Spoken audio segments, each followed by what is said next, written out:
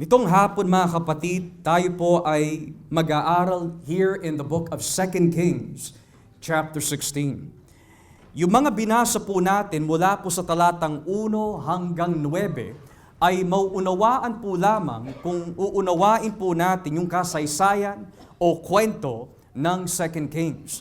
Matter of fact, upang mapag-aralan po maigi at maunawaan po maigi, kung ano po ang purpose kung bakit po naisulat ang 2 Kings, kailangan po muna pag-aralan ang unang Samuel, ikalawang Samuel, unang hari, at ang ikalawang hari.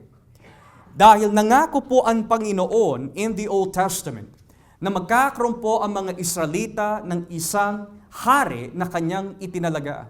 At yan po ay walang iba kundi si Haring David. David, the sweet psalmist of Israel.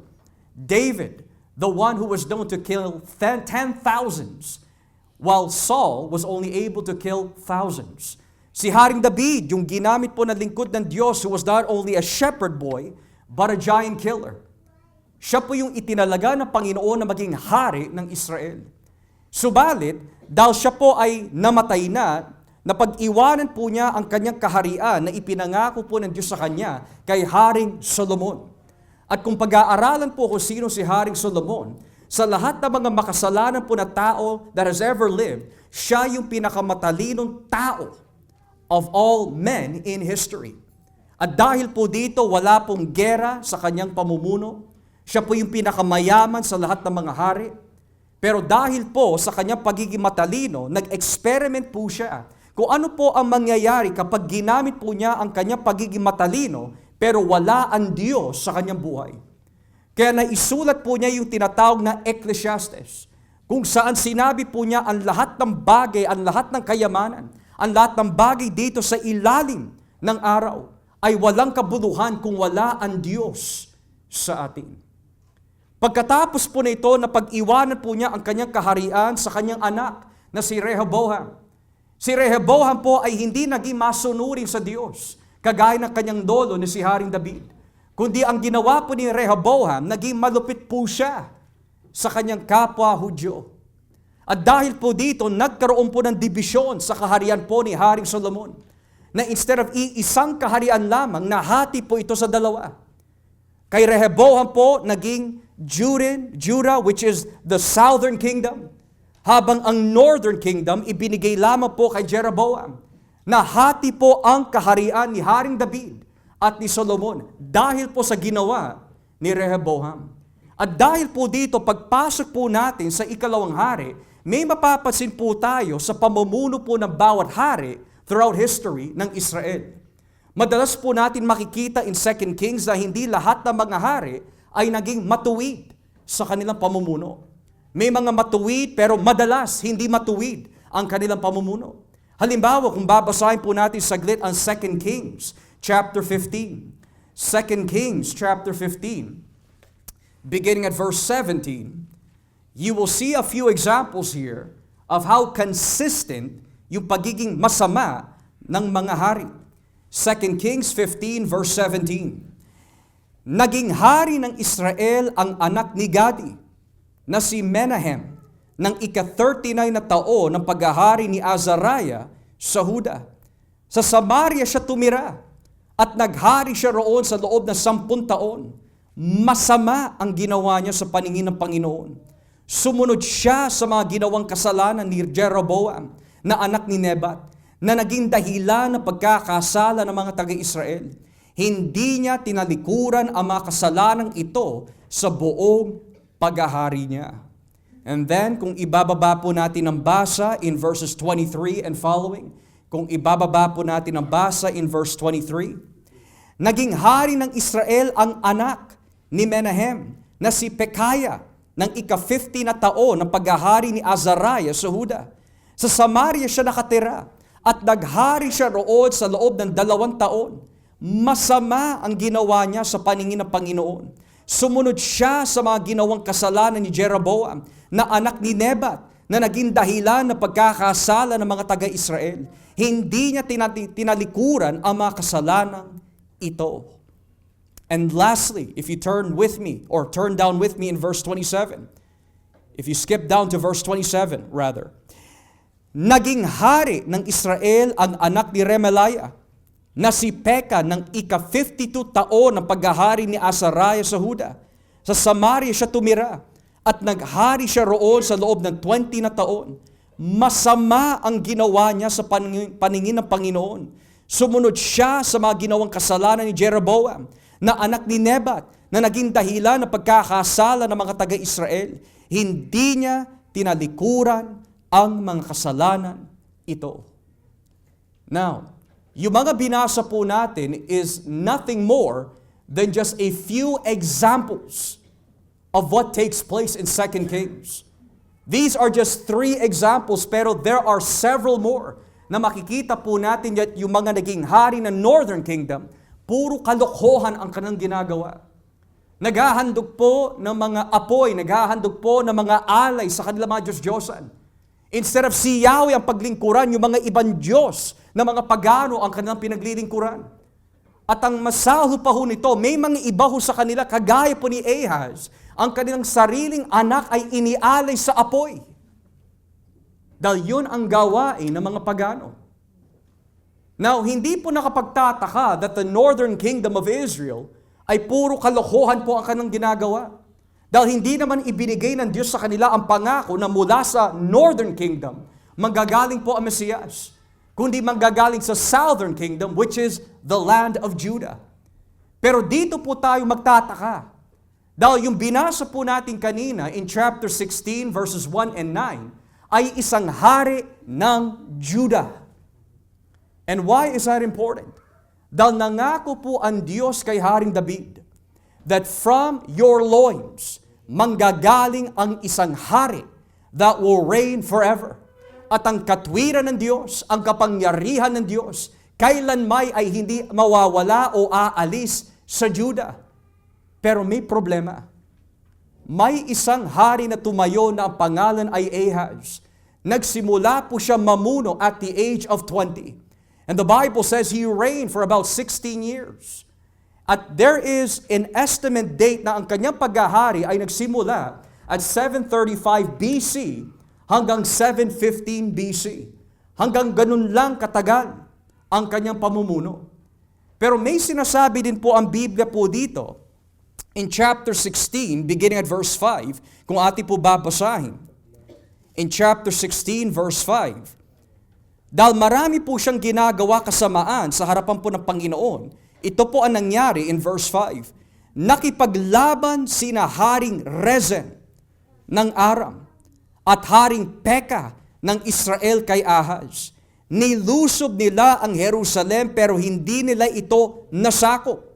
Nang panahong iyon, nabawi ni Haring Rezin ng Aram ang Elat sa pamagitan ng pagpapalayas niya sa mga mamamayan ng Huda. At pumunta ang mga Arameo roon para manirahan. At doon sila nakatira hanggang ngayon. Nagsugo ng mga mensahero si Ahaz para sabihin kay Haring Tiglat-Pileser ng Assyria, lingkod mo ko at kakampi. Iligtas mo ako sa mga kamay ng hari ng Aram at ng hari ng Israel na dumuluso sa akin. Now, nung una, from verses 1 to 4, binabanggit po dito kung gaano po katagal ang kanyang pamumuno at kung ano po yung mga kasamaan na kanyang ginagawa.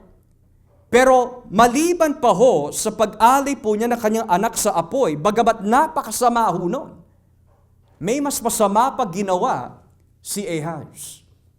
When you read this text. At maaari ho natin tanungin, ano po yung isa pang kasamaan na ginawa po ni Ahaz po dito? Instead of magtiwala sa Diyos, nagtiwala po siya sa isang hari na hindi kumikilala sa Diyos. Uulitin ko ho. Maliban pa ho sa kanyang pag-alay sa kanyang anak sa apoy, which is abominable. Karumal-dumal po yan sa harapan po ng Panginoon. Pero may mas nagawa ho siya na mas masama kesa doon po sa pag-alay po ng kanyang anak sa apoy. And that is, bilang hari ng Israel, bilang hari ng Judah, nagtiwala ho siya sa kaaway ng mga Israelita kesa sa Panginoon. At ano po ang kanya sinabi? According to verse 7, lingkod mo ako at kakampi. Iligtas mo ko sa kamay ng hari ng Aram at ng hari ng Israel na lumulusob sa akin.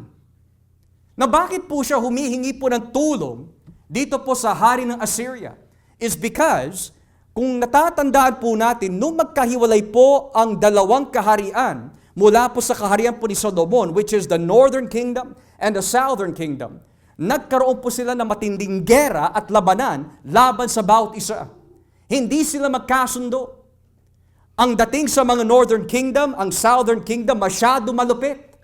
Kaya ang ginawa naman po ng northern kingdom sa southern kingdom, lagi po sila nakikipagdigmaan laban sa bawat isa. At dahil po dito, nagkaroon po ng matinding dibisyon sa kanilang kasaysayan. Pero bukod pa ho dyan, ang sabi po ng Biblia, yung isang hari ng northern kingdom ng Israel, instead of makipagkasundo sa southern kingdom ng Judah, ang ginawa po niya, humingi po siya ng tulong sa ibang bansa upang pabaksakin si Aring Ahaz. And the question might be why? Bakit sa lahat ng mga hari, ito yung nais po niya tirahin? Well, ang tanong, ilang taon po ba si Ahaz? 20 years old. So ang dating po sa mga haring ito, dahil bata pa si Ahaz, we can manipulate him, we can overpower him, dahil ano nga naman alam ng isang bata? We have enough experience in war. We have enough military might. We are more than they are. Siguro kaya na natin labanan ang batang ito and take over the kingdom and manipulate him at gawin siya parte ng ating alliance. Pero instead of tumakbo si Ahaz sa Panginoon, tumakbo po siya sa hari ng Assyria. Isang hari na sumasamba sa ibang Diyos-Diyosan. Now, ang tanong po dito, bakit po siya tumakbo doon sa hari ng Assyria? Ano po ba ang meron ang taong ito? Bakit siya tumakbo doon? Bakit hindi na lang sa Diyos? Yung mga ibang detalye, hindi nabanggit po dito.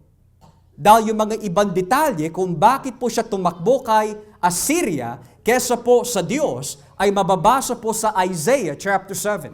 Basahin po natin Isaiah chapter 7. Ito po yung mga ibang detalye na hindi nabanggit po sa ikalawang hari, 16. Isaiah chapter 7 beginning at verse 1. Tignan niyo po ang nakalagay, Isaiah chapter 7 beginning at verse 1. Noong si Ahaz na anak ni Jotham at apo ni Uzziah, ang hari ng Judah, sinalakay ang Jerusalem.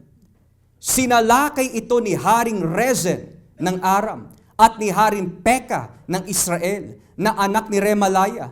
Pero hindi nila naagaw ang Jerusalem. Nang mabalitaan ng hari ng Judah, that's Ahaz, na nagkampihan ang Aram at Israel, siya at ang mga mamamayan niya ay nanginig sa takot. Nanginig sila na parang punong niyayanig o punong niyayanig ng hangin. So yung nabasa po natin kanina in 2 Kings 16, ang nabanggit lang po doon ay yung buod. Nagkampihan po ang dalawang kaharian na ito upang labanan po si Ahaz. Pero hindi nabanggit po doon ang rason kung bakit lumapit po si Ahaz doon sa hari ng Assyria. Isaiah chapter 7 gives you the reason. Natakot ho siya.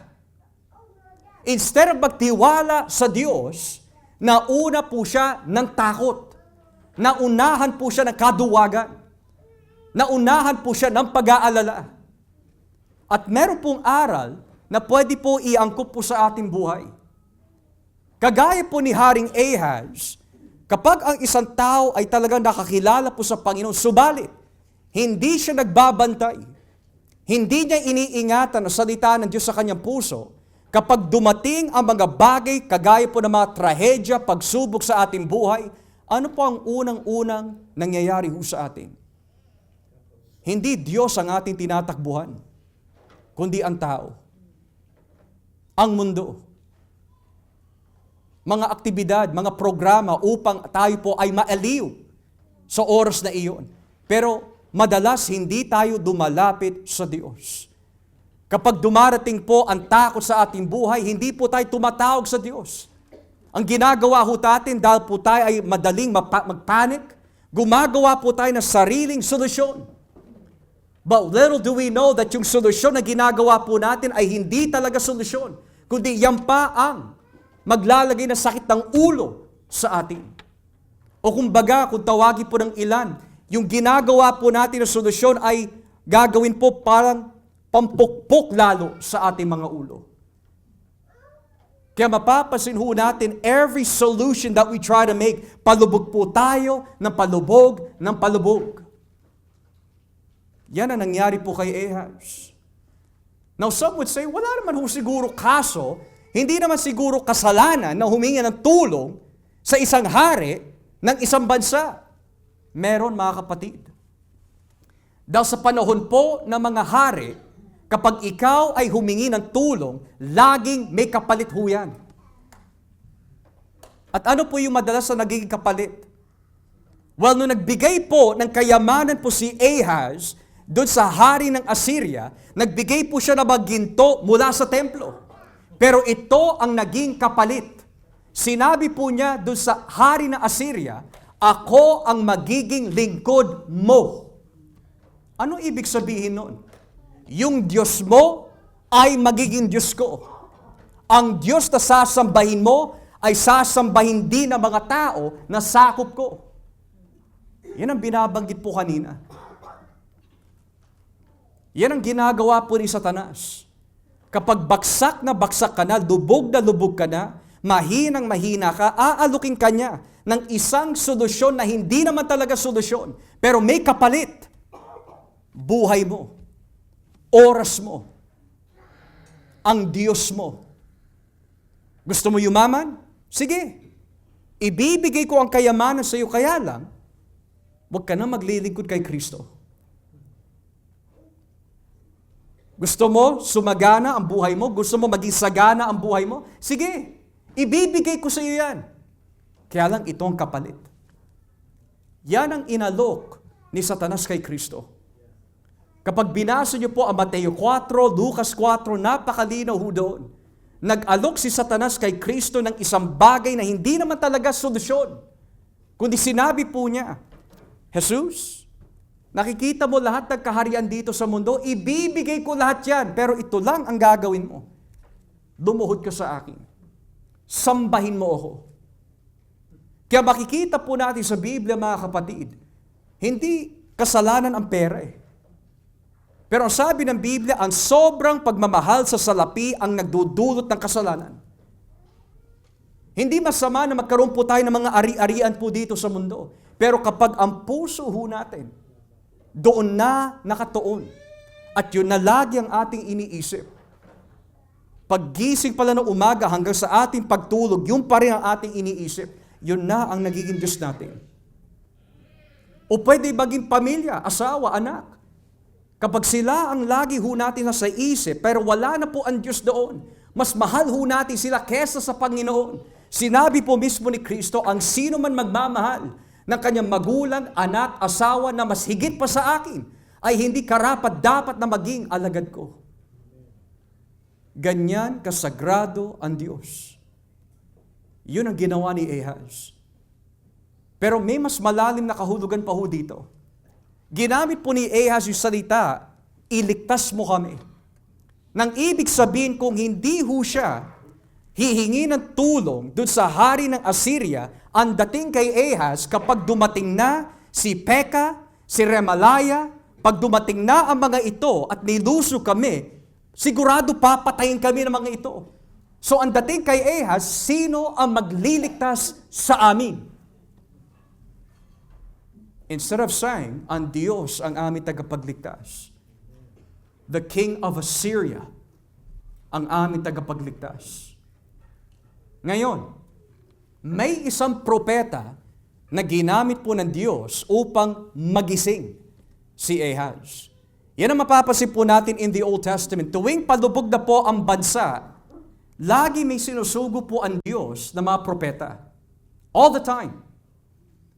Nung sa panahon po ni Daniel, palubog na po ang bansang yon, si Daniel po ang ginamit.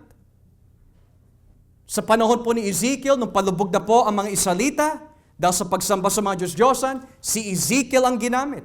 Maging sa panahon po ni Kristo, noon ang mga tao po ay puro reliyon lang pero walang pagbabago, walang pagsisisi, sino ang pinadala? Si Juan Tagapagbautismo.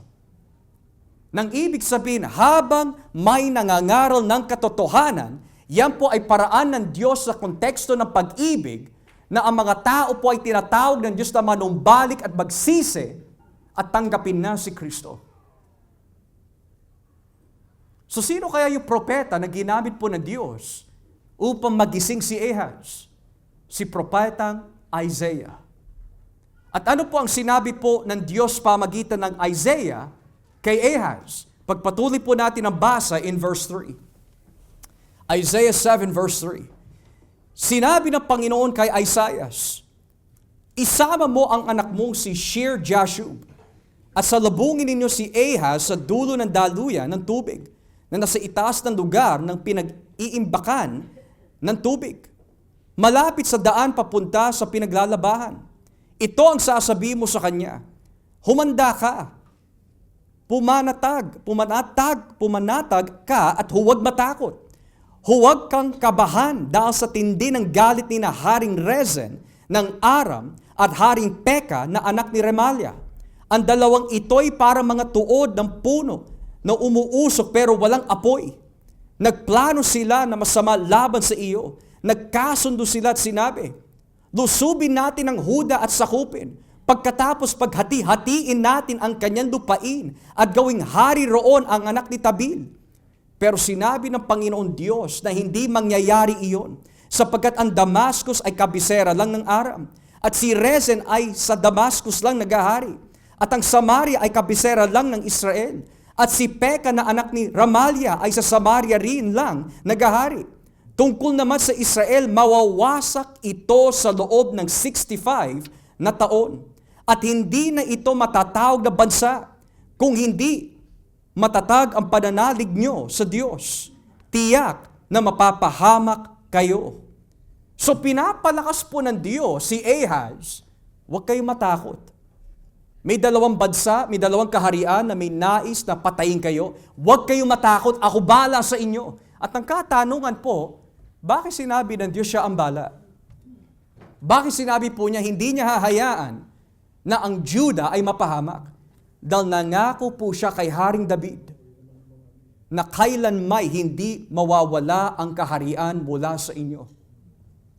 Pero hindi pa ho natapos diyan. Tingnan niyo po yung nakalagay sa verse 10. Muling nangusap ang Panginoon kay Ahaz, ako ang Panginoon na iyon Diyos. Humingi ka sa akin ng palatandaan bilang patunay na gagawin ko ang aking ipinangako. Kahit magmula man ito sa ilalim, doon sa lugar ng mga patay, o sa itaas, doon sa langit. Pero sumagot si Ahaz, hindi ako hihingi ng palatandaan. Hindi ko susubukin ang Panginoon. Now let's pause you for a moment. Maari kung tayo po ay nasa katatayuan po ni Ahaz, sasabihin natin, yes Lord, hihingi po ako ng palatandaan. Pero ang ginawa po ni Ahaz, hindi ako hihingi ng palatandaan. Now Bible scholars are divided kung ano po yung rason kung bakit ganito sumagot si Ahaz. May mga iskolar na ang kanilang paniniwala dito is that the reason why ayaw humingi ng palatandaan si Ahaz sa Panginoon dahil he wants to be pious. Nang ibig sabihin, gusto niya iparating na siya po ay makadiyos. Siya po ay napakabanal. Na hindi niya na kailangan questioning pa ang Panginoon, magtitiwala na lang siya. May mga iskolar naman, ang dating sa kanila sa tekstong ito, the reason why hindi humihingi ng palatandaan po si Isaiah or si Ahaz is because ang kanyang puso ay nakatuon na doon sa hari ng Assyria. Nang ibig sabihin, hindi ko na susubukin ng Panginoon. Meron na ako tagapagligtas eh. Ang pangalan niya ay si Tiglath-Pileser.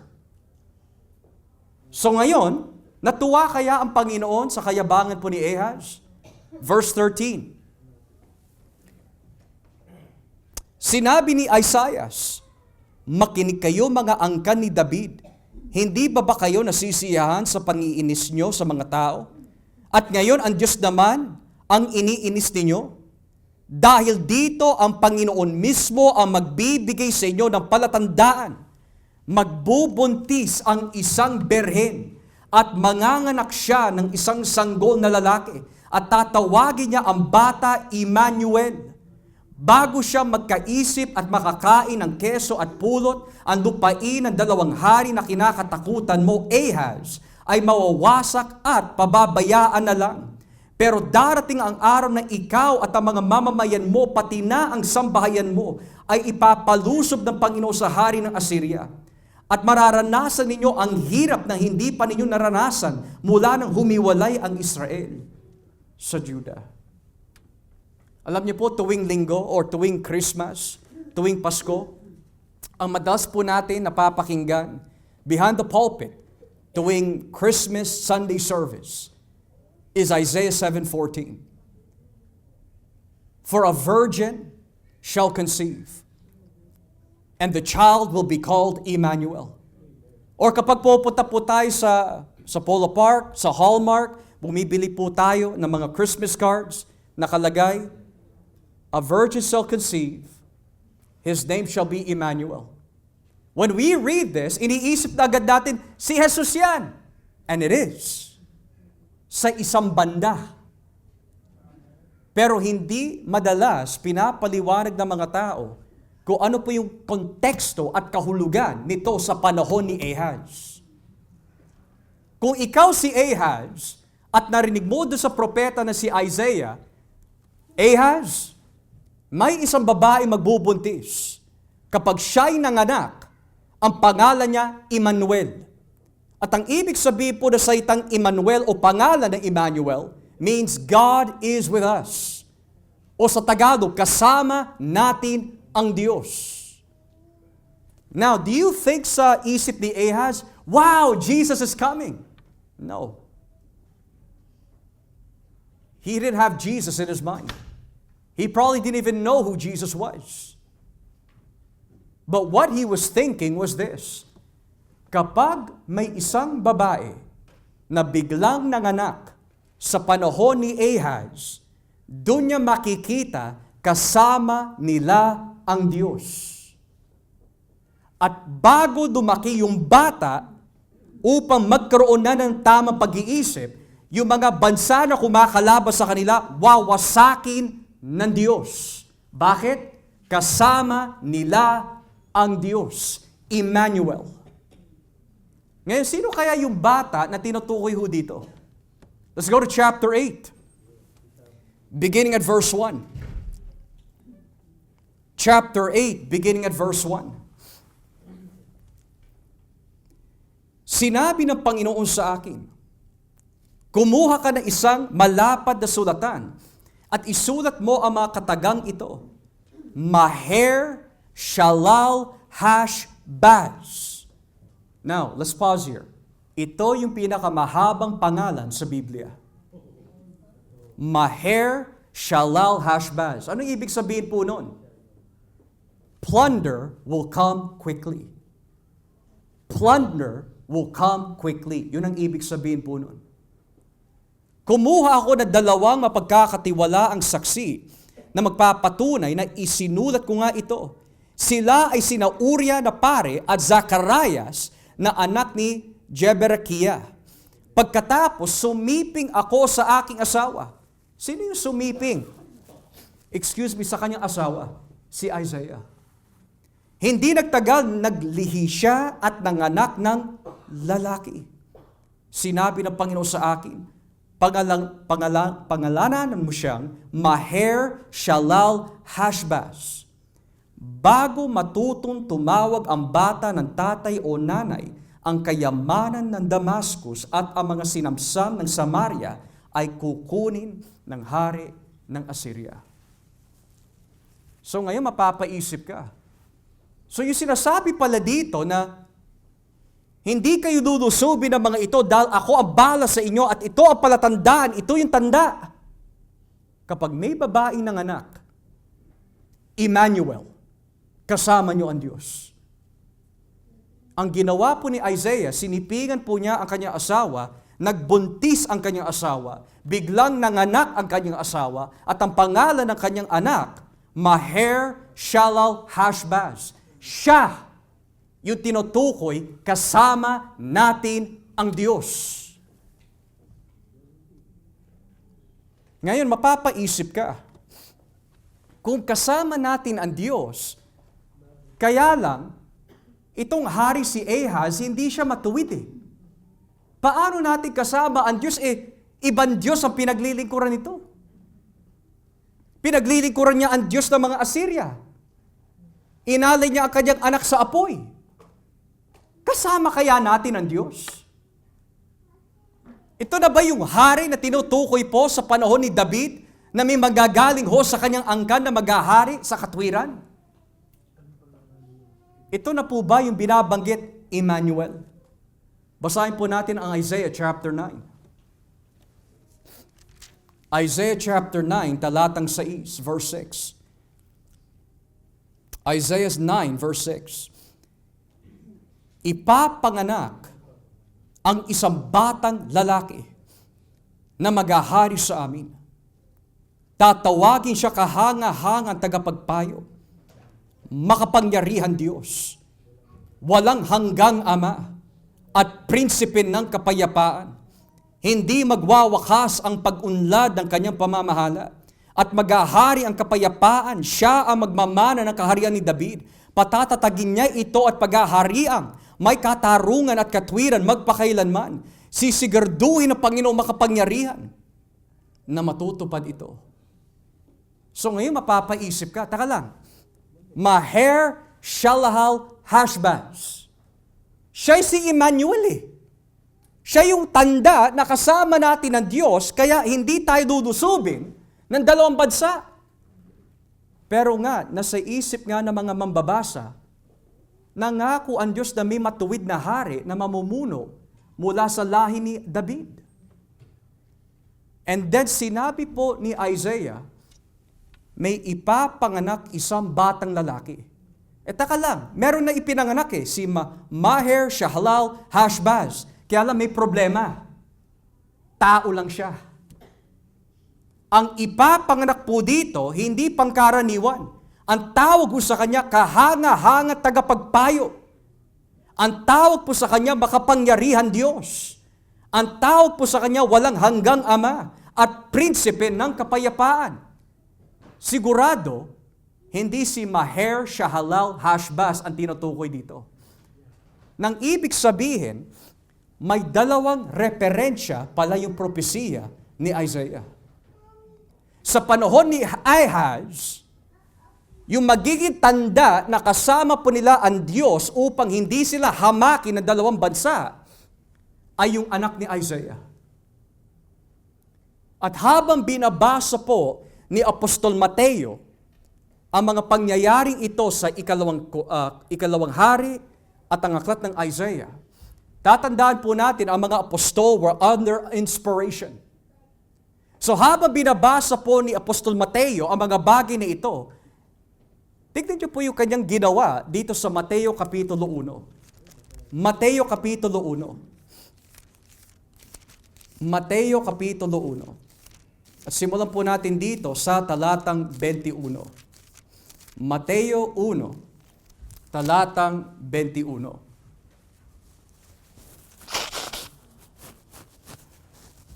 Excuse me. Sabi ho dito, manganganak siya ng isang lalaki at papangalanan mo siyang Jesus dahil ililigtas niya ang kanyang bayan sa kanilang mga kasalanan.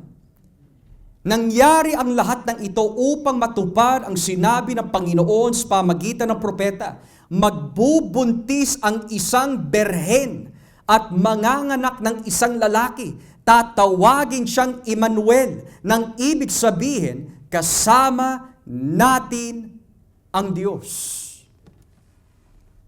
So ngayon mapapaisip ka, bakit in-apply ni Mateo yung pangako ng Diyos kay Ahaz, pero inilagay naman niya kay Jesus? Is because, mga kapatid, yung propesiya po na binanggit po kanina in Isaiah 7, hindi pa nabuo. It was only partial. Yes, magkakaroon kayo ng temporal kaligtasan diyan. Dahil ibibigay ko sa iyo si Maher Shahalal Hashbaz. Pero hindi yan magliligtas sa inyo mula sa iyong mga kasalanan. Yes, naligtas kayo sa kapahamakan. Marami tao naliligtas sa kapahamakan. Nang ibig sabihin, maaari maligtas sila sa apoy, maligtas po sila sa lunod, maligtas po sila sa sugal, maligtas po sila sa lahat ng bagay. Pero hanggat hindi ho sila nagsisisi sa kanilang mga kasalanan, hindi pa rin sila ligtas mula sa kasalanan. Hindi pa rin sila ligtas mula sa galit ng Diyos. Marami ho sa atin, naligtas po tayo from a car accident. Naligtas po tayo from a storm, from a tsunami, a typhoon, who knows? There are many times na dapat po tayo patay na. Noon pa, dapat patay na ho tayo, pero we're not dead yet. Some of you are cancer survivors. Some of you should have been dead in the womb, pero you're still alive. Pero hindi nangangahulugan that just because naligtas po tayo sa mga trahedyang ito, ligtas na po tayo sa galit ng Diyos. Yun ang sinasabi po kanina in Isaiah chapter 7. May ibibigay ako ng isang tanda na ako magliligtas sa inyo. Pero mula sa dalawang kaharian, pero hindi nangangahulugan, ililigtas ko kayo sa mga kasalanan nyo at that very moment. Dahil hindi pa dumarating yung tunay na Emmanuel. At tatandaan po natin ang ibig sabihin ng Emmanuel. God is with us. So bakit po si Jesus ay tinawag po ni Mateo Emmanuel? Dahil siya ay Diyos na nagkatawang tao at lumapit sa atin upang iligtas ang sino mang magsisisi at sasampalataya sa Kanya. Pastor, sino po kami dito sa storya na ito? Alam niyo ho kung sino tayo? Si Ahaz. Bakit po? Gumagawa ho tayo ng sariling solusyon upang maligtas ang ating mga sarili. Yun ang ginawa ni Ahaz. How do I save myself? Well, magbabayad na lang ng ginto doon sa hari ng Syria. Gumawa siya ng kanyang sariling paraan. Yan ang ginagawa ng maraming tao. Akala po nila na sa pag-attend lamang ng mga gawain, ng mga simbahan, pag-attend ng mga misa, at naguhulog po sila ng mga ikapo, mga pera, sapat na yun para maligtas. Wala tayong pinagkaiba kay Ahaz. Akala ho ng iba, basta manalangin na 3 beses, ligtas na tayo. Kasi paraan natin yun eh. Akala ho ng iba, basta maging mabait ka lang sa mga pari, sa mga pastor, ligtas ka na.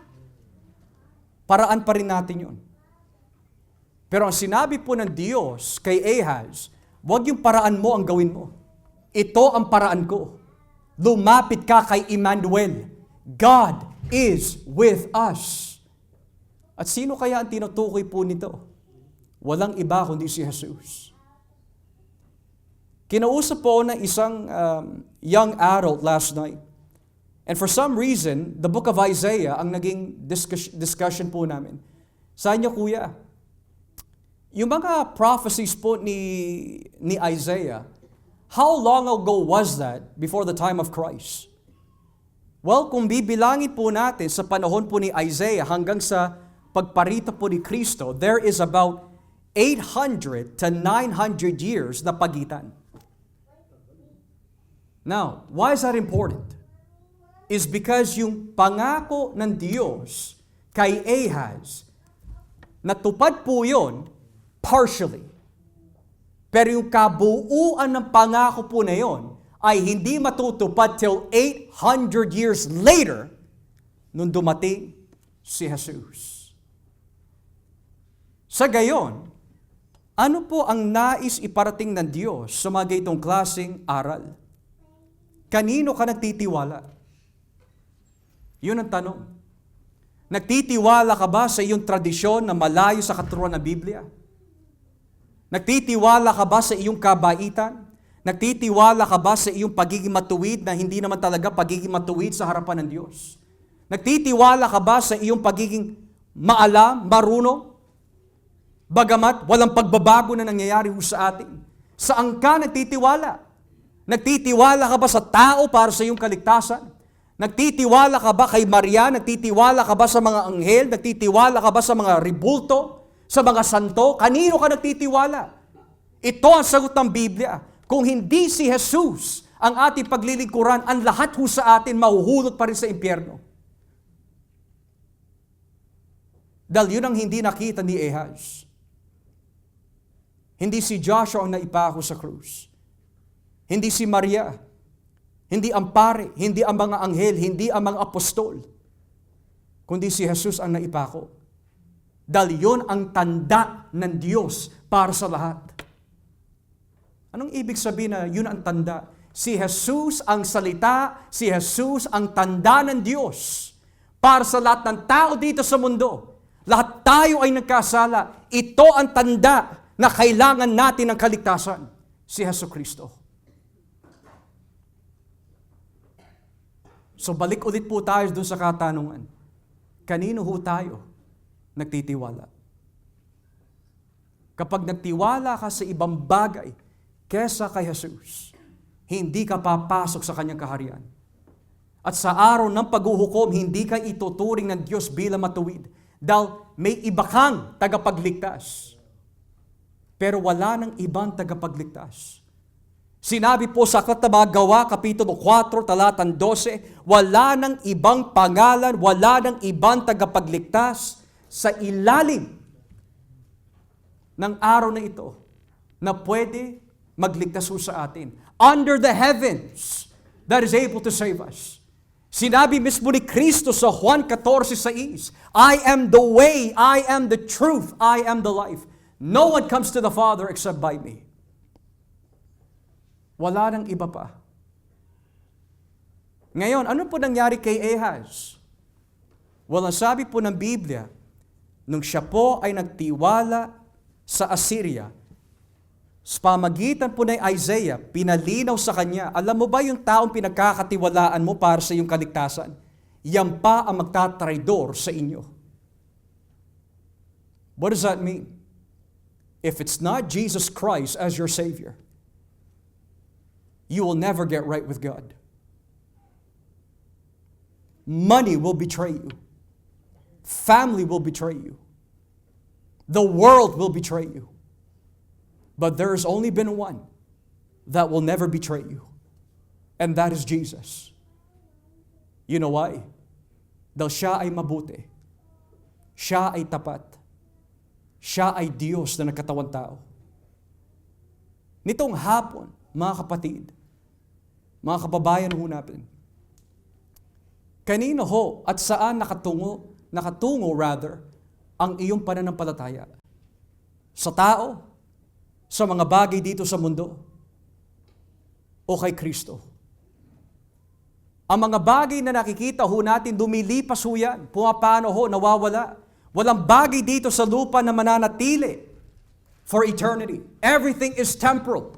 Ang mga kotse lumuluma, ang mga bahay nabubulok, ang mga damit, all of these things, they're all temporal. Huwag tayo magpadaya kay Satanas. Dahil ang tunay na kayamanan ay hindi matatagpuan dito sa mundo. Ang tunay na kayamanan ay walang iba kundi si Kristo. Dahil maiwan mo na ang lahat dito sa lupa, pero sa kabilang buhay, makakasama mo ang Diyos. Pero kapag napatay ka, at hindi mo pinagsisihan ang iyong mga kasalanan, at hindi mo tinanggap si Jesus, kapag ikaw ay binawian ng buhay, yung mga kayamanan mo dito, hindi mo madadala sa hukay. Ganon si Ahaz. Ipinagpalit po niya ang Diyos para lang sa isang tagapagligtas na hindi naman talaga tagapagligtas, kundi traidor pa, para lang matakasan niya ang kanyang problema. Mga kapatid, there's only one that can help you with your sin problem, and that is Christ.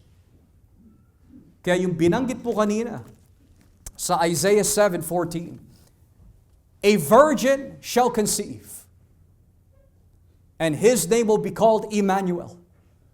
Dumating na ho siya 2,000 years ago. Naipako po siya sa krus.